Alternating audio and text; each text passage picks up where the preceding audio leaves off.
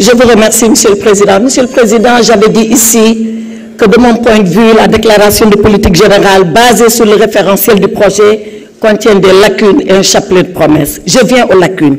Monsieur le Premier ministre, mon honorable collègue Tafsir Choy a parlé de la réforme des institutions. Pas un mot sur les institutions dans le projet.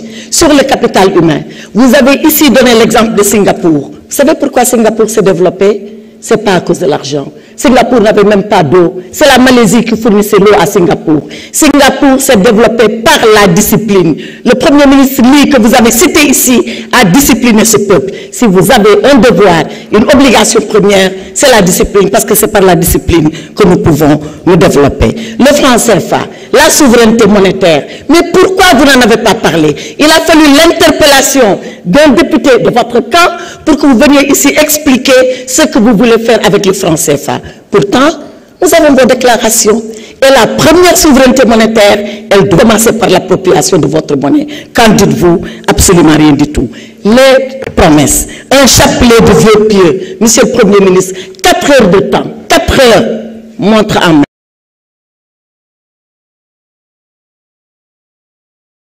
2 heures pour nous présenter votre projet, 2 heures pour répondre à nos quelques questions. Pourtant, il nous a suffi de quelques minutes. J'ai même eu le privilège d'ouvrir le bal des réponses de votre part, alors que je n'ai que 3 minutes pour vous dire je reviendrai au pupitre. Mais j'ai vu que venir devant l'Assemblée nationale, ça vous a dérangé, parce que vous avouez enfin que c'était pour échapper à une motion de censure.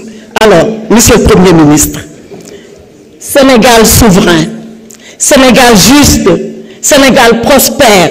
Quand nous lisons le référentiel, quand nous lisons l'agenda national de développement adossé au référentiel, ce n'est qu'un slogan. Ce n'est qu'un slogan, Monsieur le Premier ministre. Et vous savez, le slogan, c'est des paroles et des paroles et des paroles.